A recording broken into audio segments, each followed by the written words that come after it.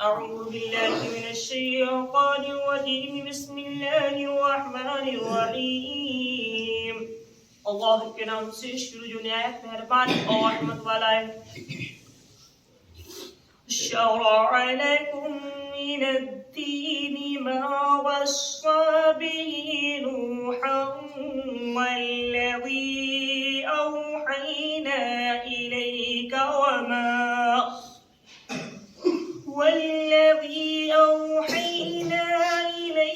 وما وصينا به إبراهيم وموسى وعيسى أن أقيموا الدين ولا تتفرقوا فيه كبر على المشركين ما تدعوهم إليه الله يجتبي إليه من يشاء ويهدي إليه من ينيب. اشارت ہے بے شک تمہارے لیے دین کی وہ راہ ڈالی جس کا حکم اس نے نوح کو دیا اور جو ہم نے تمہاری طرف وحی کی اور جس کا حکم ہم نے ابراہیم اور موسیٰ اور عیسیٰ کو دیا کہ دین ٹھیک رکھو اور اس میں پھوٹ نہ ڈالو. مشرکوں پر بہت ہی گرا ہے وہ جس کی طرف تم انہیں بلاتے ہو اور اللہ اپنے قریب کے لیے چن لیتا ہے جسے چاہے اور اپنی طرف راہ دیتا ہے اسے جو رجوع لائے. سبحان اللہ. تبارک و تعالی ارشاد فرماتا ہے تمہارے لیے دین کی وہ راہ ڈالی جس کا حکم اس نے نوح کو دیا. نوح علیہ السلام کو دین کی راہ کا حکم دیا تھا وہی ہمارے نبی صلی اللہ علیہ وسلم کو دیا گیا تھا. ہوتا ہے اور جو ہم نے تمہاری طرف وحی کی اور جس کا حکم ہم نے ابراہیم اور موسیٰ اور عیسیٰ کو دیا. یہ پتہ یہ خلاف میرے نبی صلی اللہ تعالی علیہ وسلم نیا دین لے کر نہیں آئے تو پہلے کے نبی دین پر بلاتے تھے اسی طریقے سے میرے نبی صلی اللہ تعالی علیہ وسلم نے بھی اسی دین کو مکمل کیا. یعنی اللہ رب العزت نے نیا دین کسی دور میں نہیں بھیجا. کوئی اگر سوچے کہ نیا دین آیا ہو نئے لوگ پیدا ہوئے نئے دین آئے ہیں نیا دین بنا ہے ایسا کچھ بھی نہیں ہے. جو تمام انبیاء لے کر آئے وہ ایک ہی دین ہے اور دین الاسلام کہا جاتا ہے. تو دیکھیے اسی دین کو اللہ رب العزت نے شروع سے لے کر آخر تک اور ہمیں اور آپ کو بھی وہی دین عطا فرمایا. میرے نبی صلی اللہ علیہ وسلم نے وہی دین ہمیں اور آپ کو عطا فرمایا. کچھ لوگوں نے اس میں پھوٹیں ڈالی کچھ لوگوں نے اس میں ادھر ادھر کیا تو ان لوگوں کو اللہ رب العزت نے ان لوگوں کو یہ فرما دیا کہ پھوٹ نہ ڈالو جو میرا نبی دین لے کر آیا اسی دین کو قائم رکھو اور اسی دین پر قائم رہنے سے ہی بھلائی ہے اور اللہ رب العزت کے قریب ہو جاؤ گے.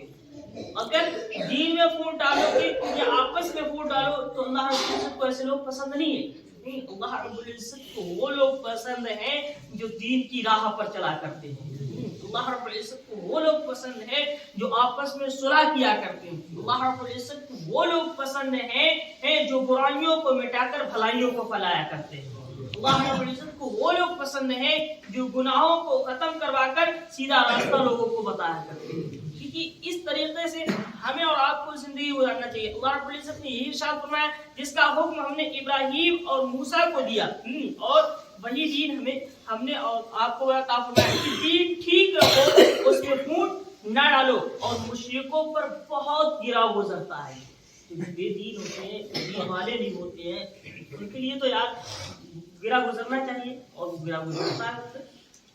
اس لیے کیونکہ جو ہے ان لوگوں کا کہنا یہ تھا کہ تمام خداؤں کو جو ہے ختم کر کے صرف ایک خدا بنا دیا. ان لوگوں کا کہنا تھا کیونکہ ہم تو اتنے خداؤں کو پوچھتے ہیں ہمارے اتنے خدا ہیں کیا یہ سب خدا جھوٹے ہیں صرف ایک خدا سچا ہے. لیکن حق اور سچ یہی ہے کہ تمام خدا جھوٹے ہیں بس ایک خدا سچا ہے اور وہ وحدہ لا شریک ہے. وہ اس کی وحدانیت میں کوئی شک نہیں ہے. آپ کسی کو پوچھو وہ اس کے لائق نہیں ہے. اس کے عبادت کے لائق وہی ہے جو ایک خدا ہے اور وحدہ لا شریک ہے. اللہ رب العزت کے علاوہ کوئی اور دوسرا خدا نہیں ہے. لا الہ الا اللہ, نہیں کوئی اللہ کے سوا سچا معبود ہے. محمد رسول اللہ صلی اللہ علیہ وسلم اللہ کے سچے رسول ہیں. تو اللہ کے سوا کوئی دوسرا معبود نہیں ہے. کسی کو آپ پوچھو, کسی پتھر کو پوچھو, کسی درخت کو پوچھو, ہوا کی، کبھی آگ کی، تو یہ صرف ہمارے خدا نہیں ہو سکتے. کبھی چاند کی، کبھی ستاروں کی، کبھی سورج کی، یہ ہمارے خدا نہیں ہے، بلکہ یہ خدا کی بنائی ہوئی نشانیاں ہیں. ہم اللہ رب العزت کی ان بنائی ہوئی نشانیوں سے فائدہ اٹھاتے ہیں. سورج نکلا، ہم نے روشنی اٹھائی، اس کا فائدہ اٹھایا، روشنی کا فائدہ اٹھایا.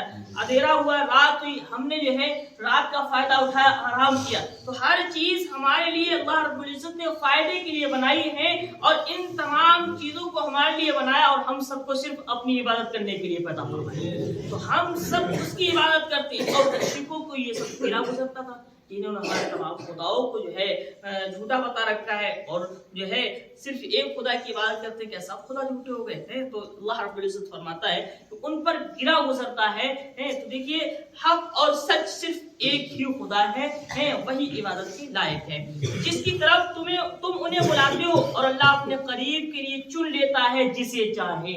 اللہ فرماتا ہے جسے چاہے وہ چن لیتا ہے. ضروری نہیں کہ سب ایمان والے ہو جائیں، ضروری نہیں سب نبی کے غلام ہو جائیں، ضروری نہیں ہے کہ سب سچے اور سیدھے راستے پر آ جائیں. کچھ اس میں بھٹک بھی جاتے ہیں. اللہ نے فرمایا کہ میں جہنم کو بھر دوں گا تو جہنم بھی بھری جائے گی. اللہ نے فرمایا میں جنت کو بھر دوں گا تو جنت بھی بھری جائے گی. پھر وہ جسے چاہے جنت والا بنا دے اور جسے چاہے جہنم.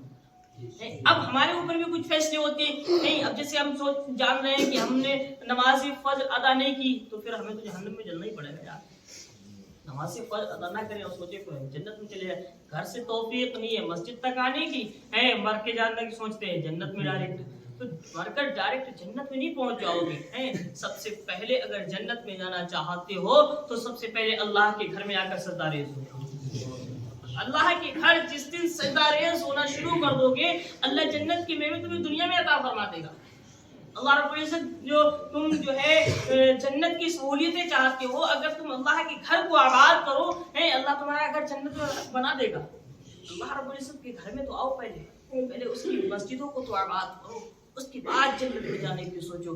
ہم تو مسجد میں ہی نہیں آتے، نماز جو ہے پتہ نہیں جمعے کی پڑھ لیتے ہیں، بس یہی سوچتے ہیں کہ ہم نے تو سب کچھ کما لیا. جمعے کی نماز پڑھنے سے کام نہیں چلتا میرے بھائی. اللہ رب العزت نے جو 5 وقت کی نماز فرض کی ہے، ہمیں اس کو بھی ادا کرنا ہے. وہ ہم پر قرض ہے یار، اس قرض کو اگر ہم ادا نہیں کریں گے تو ہم جنت میں داخل نہیں ہو سکتے. باقی اللہ کی مرضی ہے یار، کون سی نیکی اس کو پسند آ جائے اس کے صدقے وہ بخش دے. لیکن نیکیاں کرو تو صحیح. ہم لوگ کہتے ہیں کہ یار اللہ رب العزت کو نہ جانے کون سا سجدہ پسند آ جائے، اس سجدے کے عوض وہ بخش دے. ٹھیک ہے یار، لیکن سجدے لگاؤ تو صحیح. جب لگاؤ گے تبھی تو پسند آئے گا. لگاؤ گے نہیں، سوچو ایک سجدہ لگایا اس کے بعد سوچے یہ سجدہ قبول ہے، ضروری تھوڑی وہ سجدہ قبول ہے. تو دیکھیے اللہ رب العزت کی بارگاہ میں آؤ، سجدہ ریز ہو، گڑ گڑاؤ اللہ کی بارگاہ میں. انشاءاللہ تبارک و تعالی ہمارا گڑ گڑانا یہاں بھی کامیاب ہوگا، میدان محشر میں بھی کامیاب ہو جائے. تو اللہ رب العزت کی ہمیں اور آپ کو جس طریقے سے ہو سکے اللہ کی عبادت کرنا چاہیے. اور وہ فرماتا ہے کہ جسے چاہتا ہے چن لیتا ہے اور اپنی طرف راہ دیتا ہے جو اس کی طرف رجوع لائے، یعنی جو اس کی طرف آنے کی کوشش کرتا ہے پھر اسے کھینچ بھی آتا ہے. تو پہلے آپ اپنا ارادہ بنائیں، انشاءاللہ وہ خود بخود لے آئے گا. آپ ایک قدم اٹھائیں، دوسرا قدم خود رب کی بارگاہ میں اٹھتا چلا جائے گا. اللہ تبارک تعالیٰ سے دعا ہے مولا تبارک تعالیٰ ہم سب کو صحیح طریقے سے پڑھنے اور سننے سے زیادہ عمل کرنے کی توفیق